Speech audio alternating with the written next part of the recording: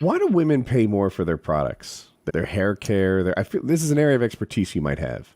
Yeah, overwhelmingly, those like little studies, they don't go by item to item. So it won't be men pay more for a 3-pack of razors than women paying for a 3-pack of razors. What they do is the same way that they get misleading stats on the wage gap is they'll go, okay, here's a survey. What amount do you spend on toiletries on average per month?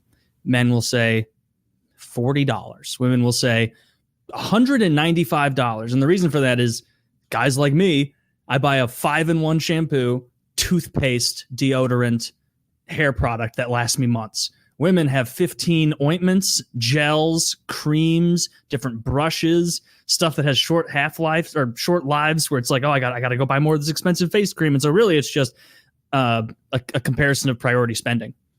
Really?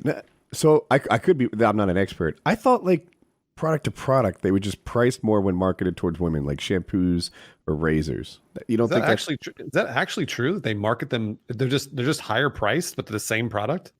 Look, I might be buying into a myth, but I've seen it so many times, I just didn't question it. I mean, I'm sure there's examples of that. Yeah. And also it's just a matter of what people know a consumer will pay for it. So women are a lot more interested in, a guy will see a shampoo and it's like, this gets you clean, and that's the only claim. There's no more claims on the bottle. That's it.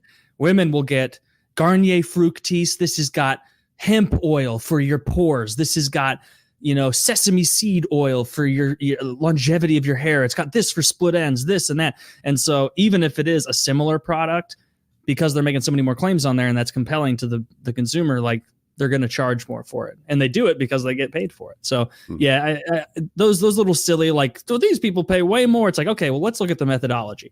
You're not comparing someone who bought, and even then it's not apples to apples. Of course, a really good hair product that a woman uses that is genuinely better is better than my Suave 4-in-1 that lasts twice as long. It might even be true here and there. Because I'm not sure. I thought it was actually true with razors, and guys' razors are actually better. It's like they're better and cheaper. But partly, sometimes I'm like, well, that's on you and your buying patterns. Where women are fucked up, where they're just wrong? They complain they don't have pockets, yet they're buying things with no pockets. Listen. Yeah, there's no market for a women's pant with pockets. They don't want that. It looks ballooned. They would say, though, because I mean, like, I feel like I've heard this before, and I feel like I've heard a woman say, well, we don't have a choice. Like there is nothing with pockets. So like, what are we supposed to buy? They have absolutely put themselves in that box. If guys' jeans came with no pockets, everyone would be like, oh, scratch Wrangler off the list. I'm not going to buy that no pocket bullshit. Yet girls are like, okay, it doesn't hold my phone and my keys, but I'll live with it anyway. It's like, well, you made your bed. And as a whole, like for clothes, women buy a lot more for form than function.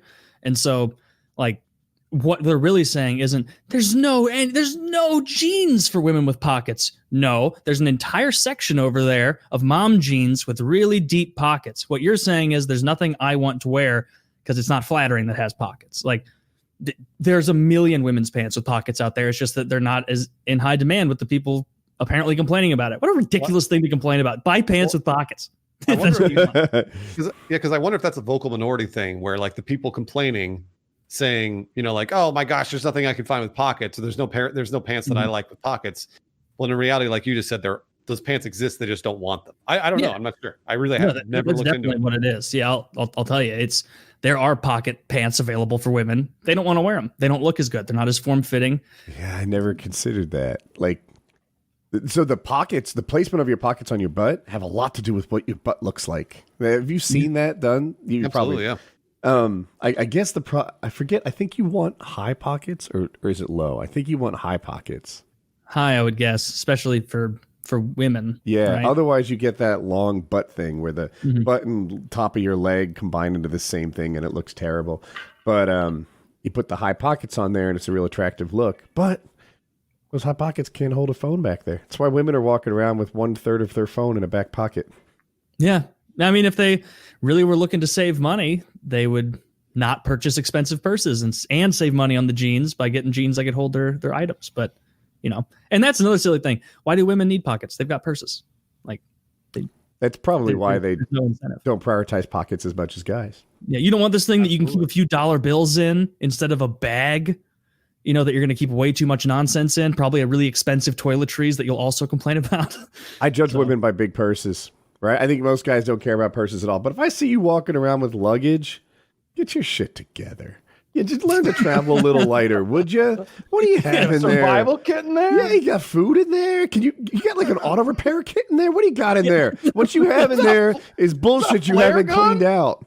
But Woody, imagine if it was acceptable, socially acceptable for you to carry around a bag. How big a bag would you carry around? I think I wouldn't carry a bag, even if it was socially acceptable. Now, I hear you saying, Woody, are you sure about that? I think you're just saying that. No, like even my wallet. Here, I'll show you my wallet. Yeah, I got the It's a same wallet. slim wallet, man. So like I don't carry a lot of excess shit. I value traveling light. And I do too. Yeah. Yeah. So if I could have a purse, I don't think that I would. I would like to carry a messenger bag. If I were going to an office every day, especially if I was taking like a water bottle with me and like, I don't know, a laptop, especially like something like that. Like if I was doing work with a laptop at work and then I needed to bring that home to finish up or to like handle work emails and stuff, I would definitely carry a messenger bag. Yeah, those satchels are handy. I did that for a little bit. I used to have a job where I carried my laptop all the time. And for a while I had a messenger bag, but then I realized like for me, it was just a big bulky laptop carrier. And I also had a nice pen in it. And everything else was just, I don't know, crap and extra weight. Extra because you happen to have a messenger bag. I ended up just carrying my laptop like it was a book. And that's how I walk around with it. Yeah. And I do that way more than using the bag also. People would be like, what if you drop it? Well, then they get me a new one. It's practically a good thing. The more often I break these, the quicker I get replacements. Yeah. And if I'm walking around and I just drop my laptop, I deserved it. What was I doing? Have you ever